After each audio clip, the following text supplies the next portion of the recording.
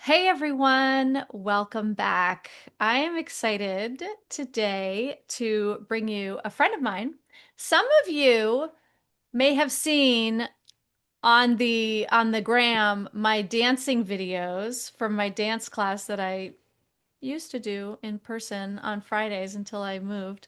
Um, and my friend Arianne is in that dance class with me. That's how we have connected, and we like to shake it, shake it. Um, Mhm. so, um, she's a licensed marriage and family therapist in LA, and has a certificate in somatic psychotherapies and practices, which you know I am all about. And she has a book coming out. You ready for this, guys? It is called Tough Shit. The Angry Woman's Guide to Embodying Change. And when she told me that she wrote this book and what it was called, I was like, yes, please. So I'm wearing my trusty Fuck the Patriarchy necklace. And her book is coming out on November 4th.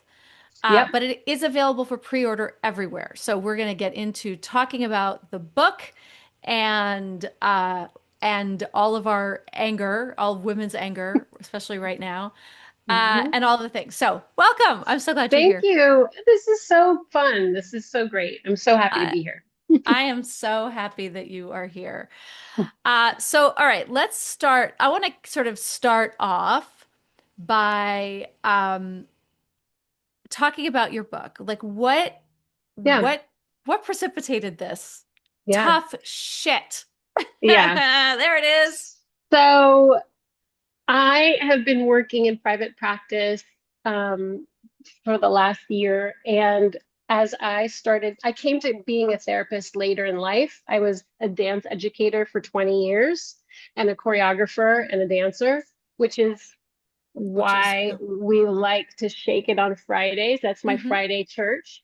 Yep. Um, and so around age 47, I went back to grad school to become a therapist. Love it. And I brought with me my years of dance and movement training and teaching to bring that into my therapy practice. And I noticed in this room that women would come in and kind of pretty much brush off their anger pretty quickly and say that it was bad that they were angry because, it got them into trouble sometimes with their relationships. And I needed to constantly tell people, the anger itself isn't bad.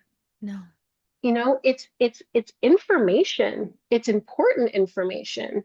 Yep. And we would do this work of kind of tracing the anger because it's the somatic feeling. When you feel anger, you feel it. It feels hot, it feels that rush. So it's a great somatic tool because it's so strong in our bodies. Yes. So I would work with my clients to track backwards from that more explosive space through fear, which is always underneath anger, Mm-hmm. sadness, and hurt. And then we would land quite naturally in true self. And then what we would do with that information is go, okay, so Mm. now we know why that's happening up here. And we can hold that small core pain point within ourselves and have compassion for it because it's probably connected to all sorts of ancient wounds and move forward with a kind of embodied consciousness about our reactivity. Mm. So I needed to just put it all together. And the other thing that was hard was that, when you meet with clients, it's once a week. Yeah. It's one little shot. So I Yeah. wanted to have something that my clients could work on and work with when they're Mm. not in therapy. So basically, it's a journal, it's a self-reflection and somatic journal. There are writing prompts for each section, starting with Mm-hmm. anger, fear, sadness, hurt, and true self. And there are somatic pop-ups that go with the writing prompts. Hmm. And so they're paired so you can kind of have an embodied experience while you're expressing and feeling Mm. um, each emotion.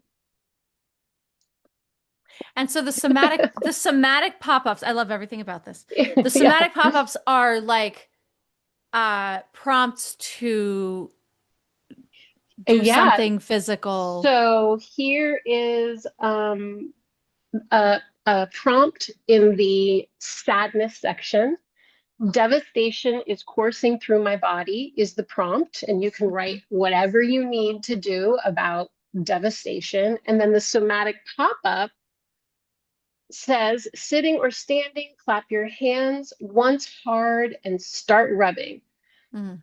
Keep rubbing as long as you can, generating a little heat.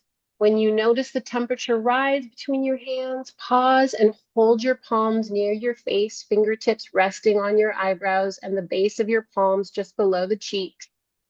Note how you feel.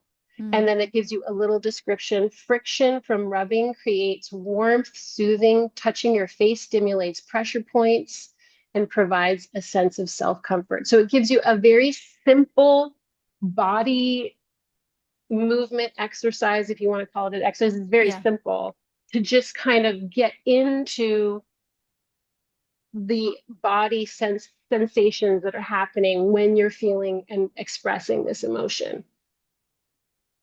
I love it. I love it. Yeah. So, one of the things that I want to sort of touch on, right, is that because what I'm hearing in this and what I also believe and am with you on, right, is that when we talk about women getting in touch with their anger instead of glossing over it Yeah. and moving past it, right? Because that's what we tend to do. We're like, oh, God, I feel really angry, but I shouldn't do that. Right. That's not okay. And then we want to brush it aside. And we're not saying that we want women to walk through the world angry all the time.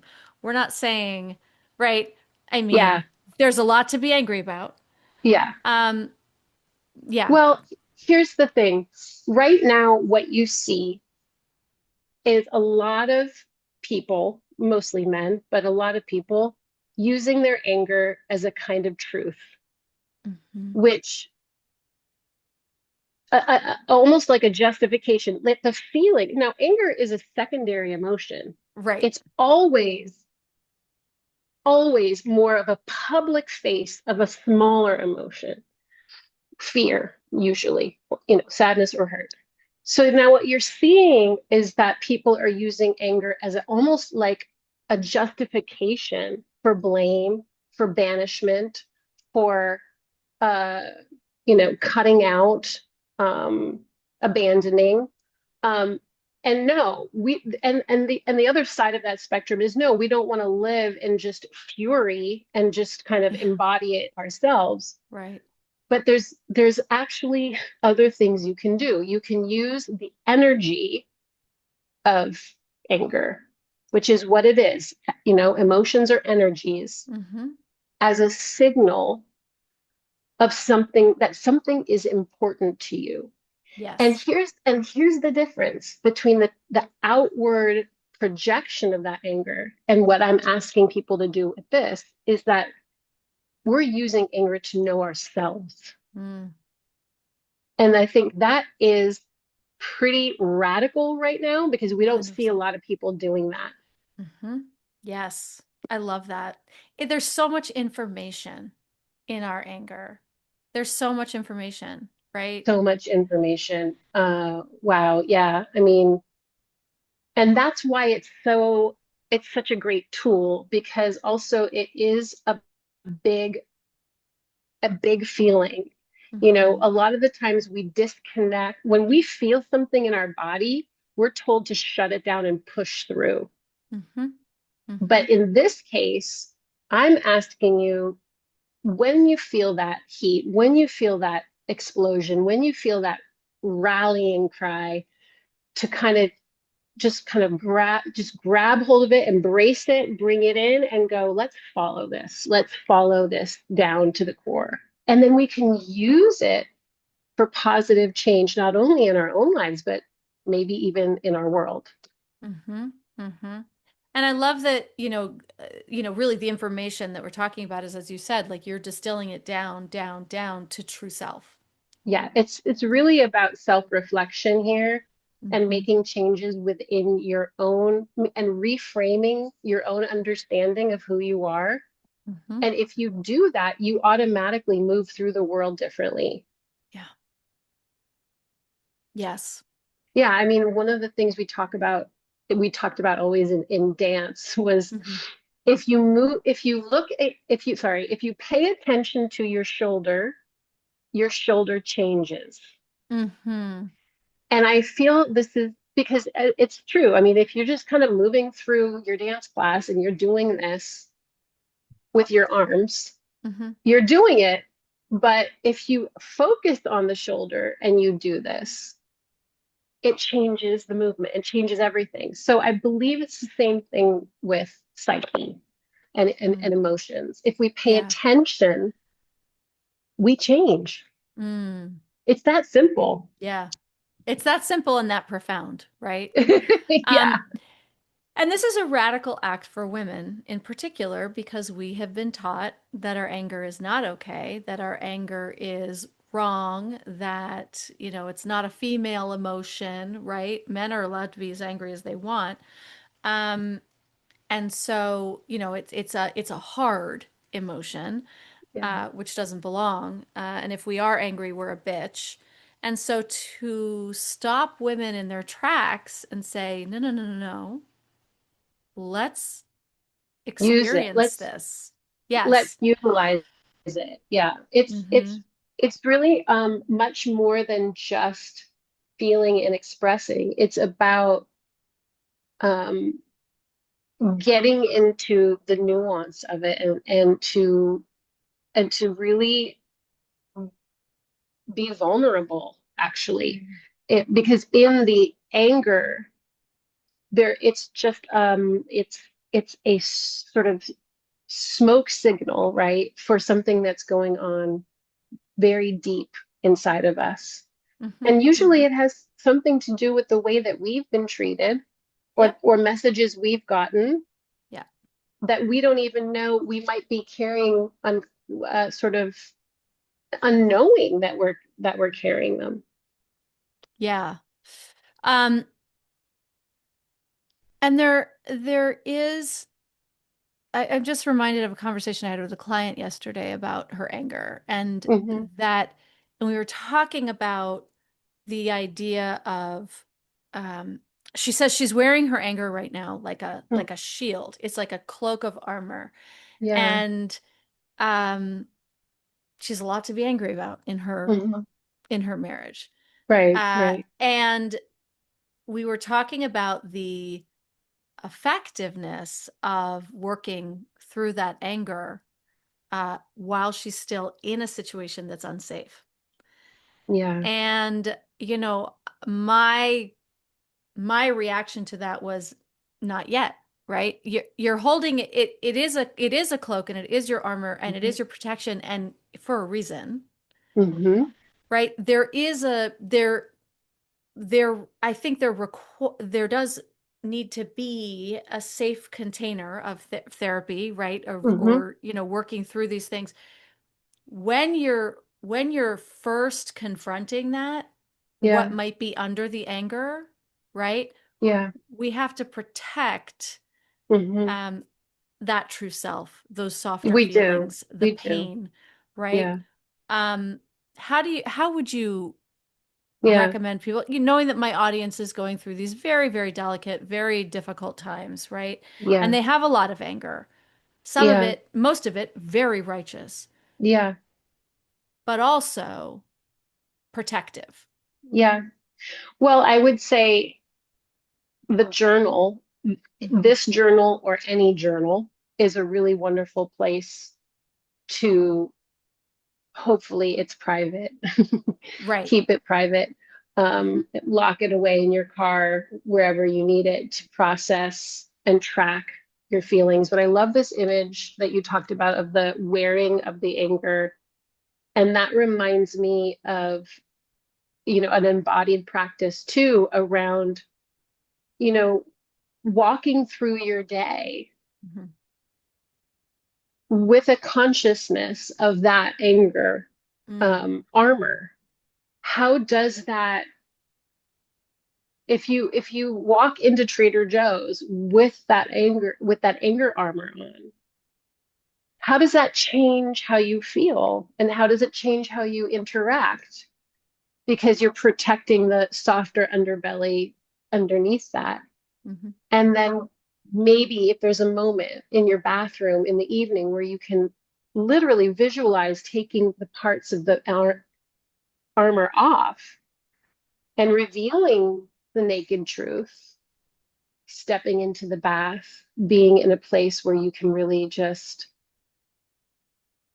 be scared, be sad, locking that door, be Mm-hmm. afraid.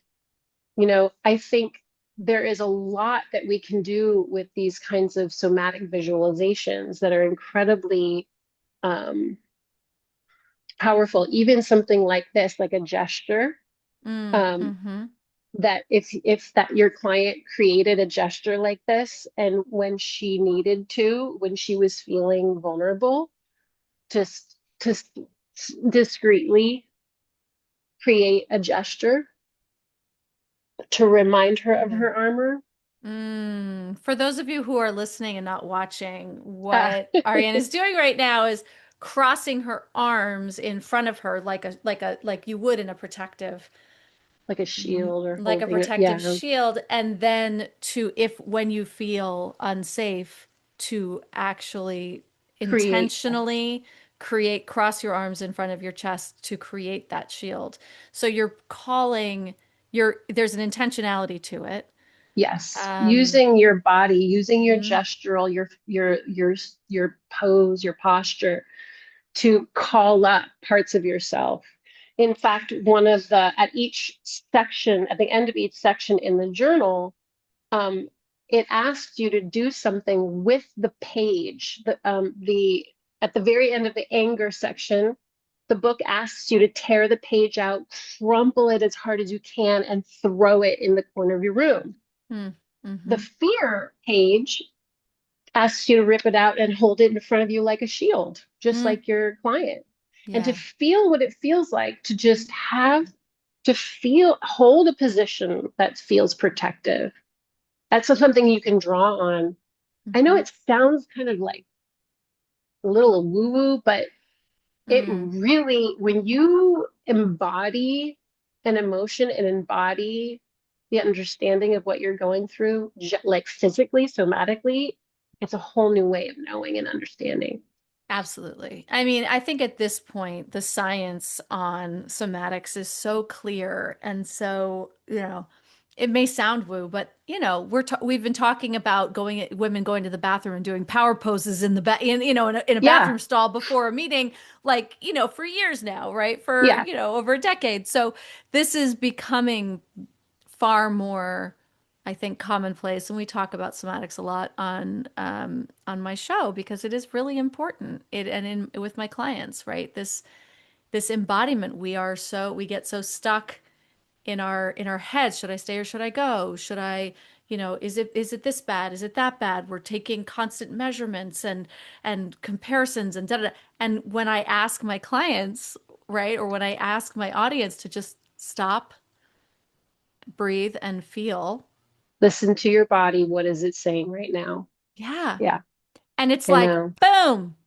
Yep, Now, we I don't have to know. do anything about it because it could be scary information and maybe Yeah, it's too much and whatever. We don't have to follow the path, but let's at least see what it is. let's get with the truth as it feels right now. Mm-hmm. And yeah, I absolutely agree with you. It can be those of us who have had those moments, those bam moments that you talk about, there's Yes. no denying it. And you're right, it can be kind of confusing and scary. Hmm. It's we are not really taught to value the wisdom of the body. That's right. Um, so there is unpacking to do after the felt experience for sure. And that has to be Yeah, held tenderly. that's right. And it should be done in therapy with a good trained coach, something in some Yes. capacity that is um uh in a safe space with somebody who's actually trained to deal with it, with the Yes. rest of it, Yes. you know. Yes. Um, Yes. absolutely. So wait, I have a question. Yeah. How did you come up with your title, Tough Shit? Ah. Well, I knew I had to call it tough shit because um I actually have a personal and sort of historical relationship with the phrase myself.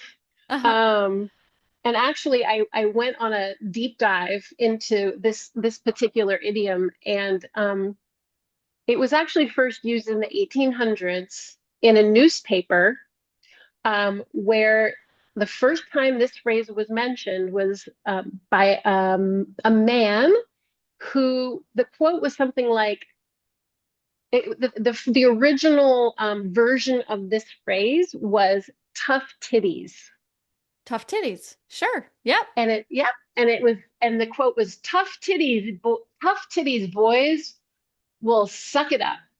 And it was basically calling to the men to, um, using the metaphor of the dry breast, Uh-huh. that when you can't get what you want, you just gotta suck it up. You mean you gotta suck it till it's dry and then just deal with it. Uh-huh. Uh-huh. So then the phrase shifted to tough luck in the Depression, which was another way that the patriarchy used this idea of repressing emotions to steer people away from blaming the structures that were failing them. Oh, right. So, Okay. So it's you've just got tough luck, not that the entire system is set up to have you fail. exactly, Interesting. exactly. Then in World War I, we went into got the tough shit phrase. And of course, in military language, tough shit is basically there's nothing else but the order, do it.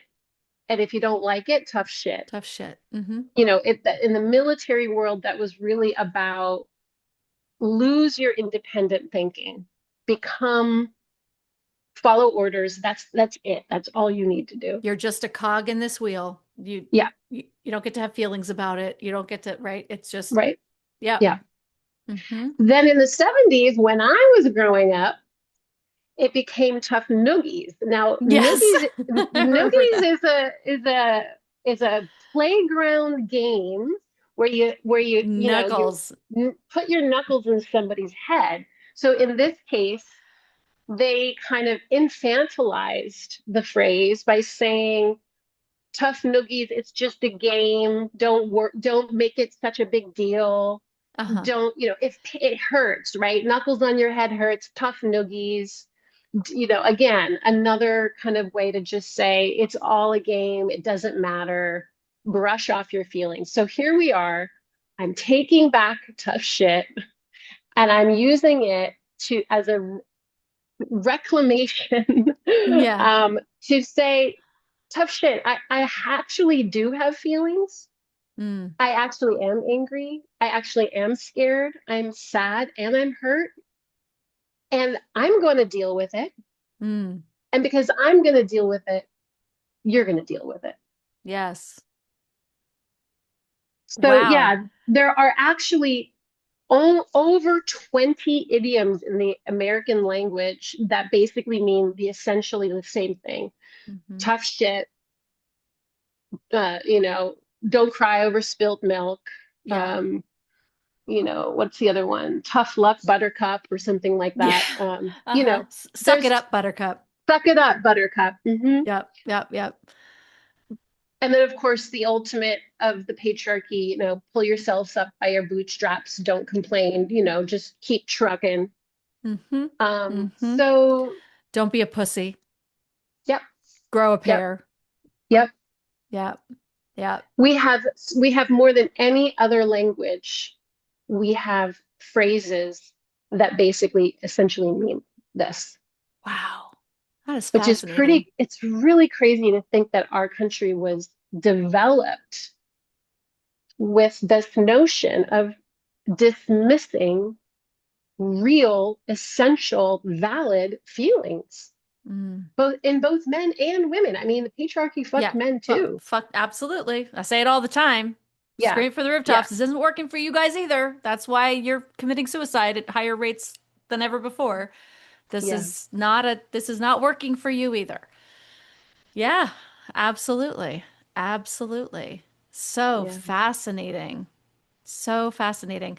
I didn't know any of that. I was like, I love the title Tough Shit, but now I love it even more. Well, tough noogies was used. Like my dad used that. That was like a Oh yeah, classic sure. in Totally. in when I was growing up. I mean, if Hmm. I didn't like what was happening to me or what was being offered to me, it was tough noogies. That's And right. that was the message that I needed to not want not want something different, not think differently, not feel Hmm. the same that the way that I don't know, just to not be who I was, Yes. basically. Right.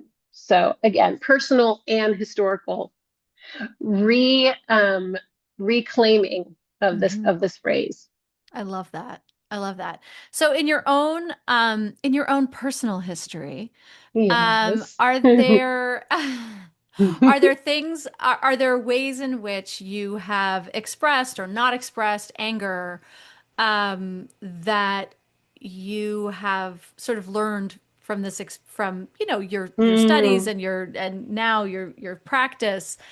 Do you sort of reflect back and go, oh, that's interesting. In that period of my life, I was really not, I mean, not that most of us in our 20s are pretty shitty about most of that, but um, yeah. Do you have sort of personal reflections on that for yourself? Oh yeah. I mean, I think I could talk for a long time on the different threads where anger has shown up. Um, you know, I recently for as part of my book launch, I've been hosting some workshops, and Mm-hmm. one of the workshops is by Monette Chilson. She's a pilgrim and an excavator of the feminine. Mm.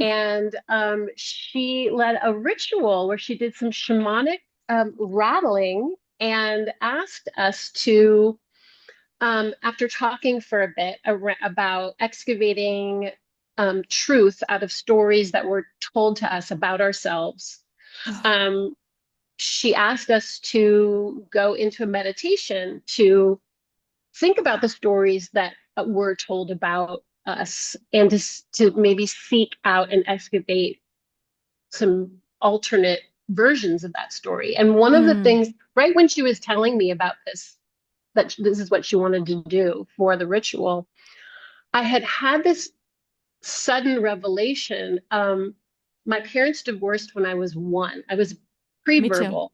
Me too. Okay, so Mm-hmm. Mm-hmm. and everything according to lore, family lore, was that it was fine, that I did Mm. fine, that I never had any issue with going between my mom and my dad's house, even though my dad lived in Australia and I was sent on a plane by myself when I was 3 Oh to go God, live with what? him. Oh But I was God. fine. But I was fine. I was fine. Oh, uh-huh. And A- and As a parent, right? As a parent, we're like, what? yeah, Fucking 70s, man. but yeah, Oh God. 70s. Yep. Uh, So, I had bought into that story for so long. I bought in. I guess I was fine. But I had this revelation right before I talked to Monette that I had no memory whatsoever of any of the times that I was transported from one parent to the other. mm, I have memories of being with my dad and being with my mom, but I don't have memories of being dropped off, picked up, being on a plane, all of that. So I took that into the ritual And as she was doing this beautiful shamanic rattling, which is like 4 beats per second, like a and it's hypnotizing and really Oh, beautiful. wow. Um, I sort of I went into like trying to work with this empty space, this no memory zone that I have with being um, transported from one parent to the other. And I visualized baby me getting passed from my father to my mother, and then my mother back to my father in the rhythm of the rattling. And I noticed as I continued to sort of look, visualize, and meditate on this dance that was happening, that the baby me never really, I never, I never, as I was getting passed from one, I was looking at the other. As I was passed to the other, I was looking at, I never got either one of them held me and saw me. Do you know what I'm saying? I do. And then I started to think, wow, this is ironically what I wrote about in my thesis for grad school was this idea of liminal immanence in movement, which means basically your connection with the divine self when you move, when you dance, when you're in between positionality. And it all Mm, kind of hit me like, oh, so I turned baby me experiencing this, turned this movement, this this, dynamic movement, yeah. Mm-hmm. and I became a dancer Yeah, and I right. became a choreographer and To I make sense of that space in between. yes, Yes, to make yes. sense of it, maybe even to exalt in it, To to own bring it. it, to own it, to make it divine. Mm-hmm. But on the other side of that, as she kept rattling, I felt the raining down of rage Yes, that I right. never got to be locked into one place, one body, one caregiver who would not let me go. Yeah. And honestly, I think that that's the root of a lot of my anger that gets, Oh. threaded out in other ways. Uh, Yeah. uh-huh. Yeah. Yes. Yes. I That, yeah. Uh-huh. No, no, yeah. I mean, I relate to it in so many ways, right? I was not passed back and forth very much because my dad was not there as much. I was when I was little. Uh-huh. Um, but the feeling of never actually having there was no attachment, Yeah. there was Yeah. no attachment. Yeah. To either one of them really, Yeah. for all of the reasons. But um, so Mm. not having that grounded, Yeah. not never having that, and interestingly, right, never having that sense of self that is derived of a healthy, secure attachment connection being Yes. with. Um, so I became a dancer and an actor, Yeah. right? Oh, I get to Yeah. be all these other people. I Yes. don't have to be, Yes. right? I don't know who I am, so I'll just be all these other people, right? Yes. And codependent Yes. and a chameleon, and I'll be whatever you want me to be, Mm-hmm. right? Mm. Mm-hmm. Yeah. And I think the shadow side, I mean, because I mean, these are coping mechanisms that we did pretty well with. I mean, That's to right. a certain Sure. extent, Right. we got a lot of what we needed in that realm. The shadow side of that is the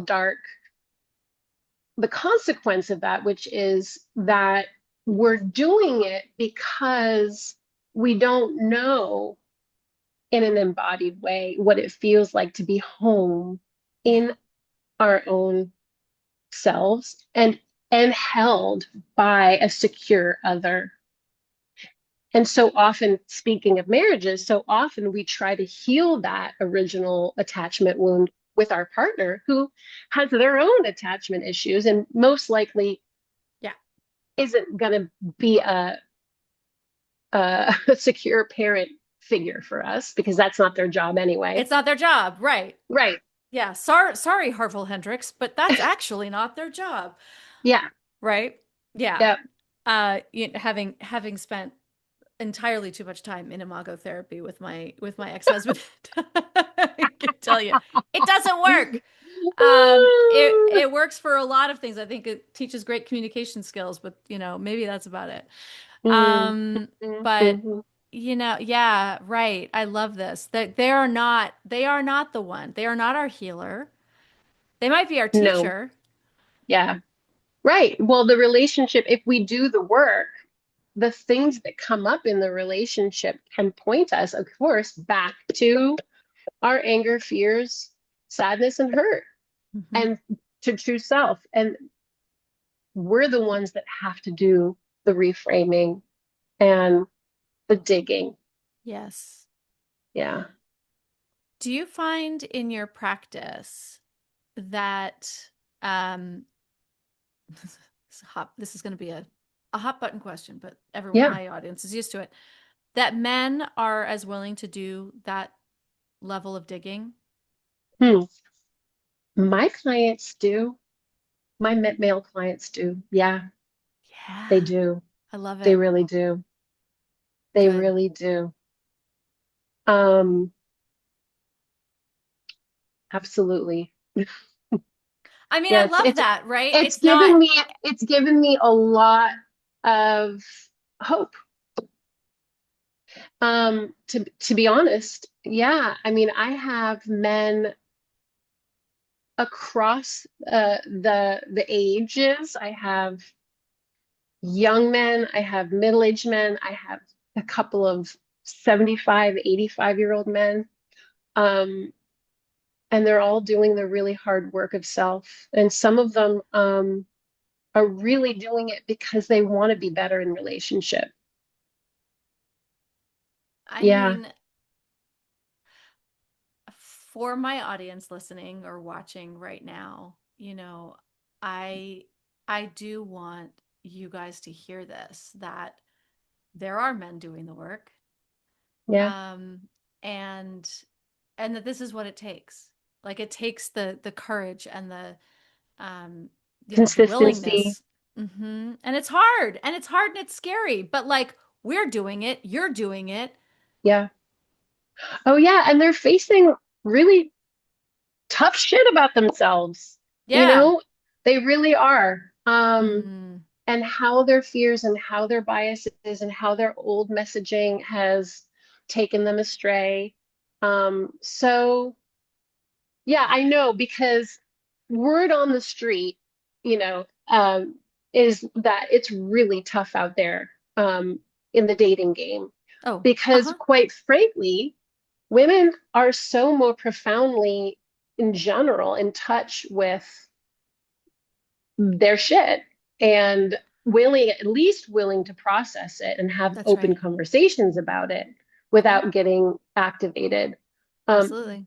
but I can say in my little world, at Synergy Somatic Psychotherapy, the men coming in here are doing good work.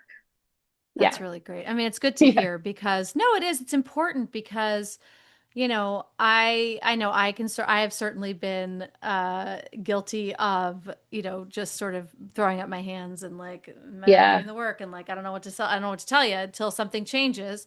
But I do think there is there's a shifting tide, generally speaking.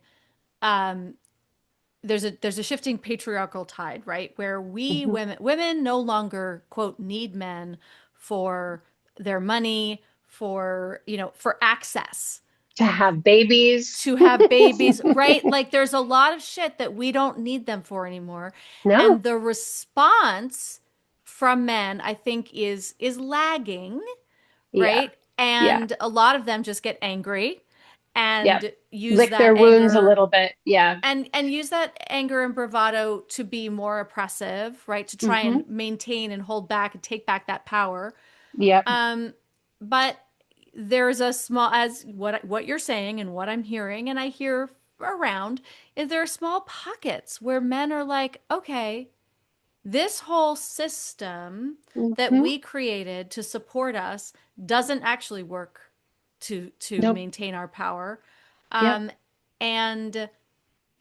and women are done with it. And so if we want to be in relationship with women, we actually have to we got to change too. Yeah. I mean, the thing about any kind of therapeutic work, whether it's couples work or individual work, we talk about the other to understand ourselves.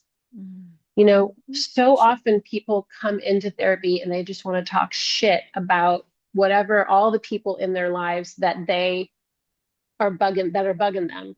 And our jobs as therapists is to make that feel acceptable and welcome and yes, safe, but also to then use that information to redirect. And what do you think? Why do you think that you feel that way? What does that remind you of? Where did you when did you start feeling that way? Have you always Hmm. felt that way about that kind of behavior? So yeah, I mean, healing is self-work Yeah, for men and for women. that's right. Well, I'm happy to hear that men are engaging in it because I think also the somatic work is the scariest. It's kind of the that's it. We're going Yeah. in, you know. Yeah. So I'm Yeah. really glad. Um, I am so happy that this book is coming out. I am so happy that you have shared it with me and my audience and your work and everything. Um, the book now, Tough Shit, is on pre-order. It's available on pre-order now. Yes. And yes, to be clear, it is not just called Tough Shit. It is called Tough Shit: The Angry Woman's Guide to Embodying Change. Right? So, Yes. And it's a really wonderful publishing company too. Just giving a shout out to Tay Home Center Publishing. They celebrate feminist, queer, and BIPOC authors. And they are a team of fabulous women, so who are really trying to get support voices that are marginalized. And I'm really proud to be a part of that organization. And yeah, we're gonna have an amazing little tough shit tonic and a tough shit tea. And we have already created a tough shit Spotify list with no. some raging feminist music. Oh my God, that's So I'll amazing. I share that love with this. you. It's all can be Please do. found um, on my Instagram at Synergy Okay. Somatics. Yeah.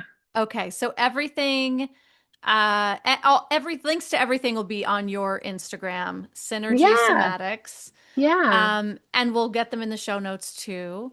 Great. And guys, pre-orders matter for authors. They So do. if you are interested and this sounds like something that you would by the way, you all are. This is your homework. This is not negotiable. I want all of you to get this book. Well, So, by the way, the thing that my publishers told me is that if this book gets 50 sales and 55-star reviews in the first week of publication, it automatically subverts the patriarchal algorithm of Amazon and unlocks free advertising that you can usually only get if you are a big time publishing company with a big name and a big influencer. So all we need is uh 50.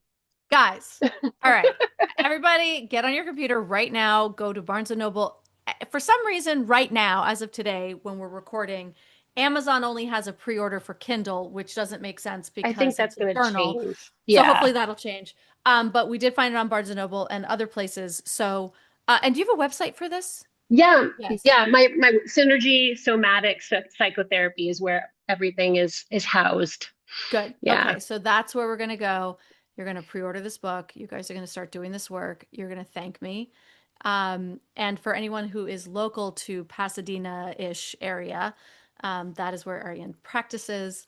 Yeah. And Would love to see you. Yeah, we'll have a fun yes, book launch event on the 9th too, the information about that. And thank you so much, Kate. This is just such an amazing thing that you're doing for women who are going through transition, big, big, big life transition.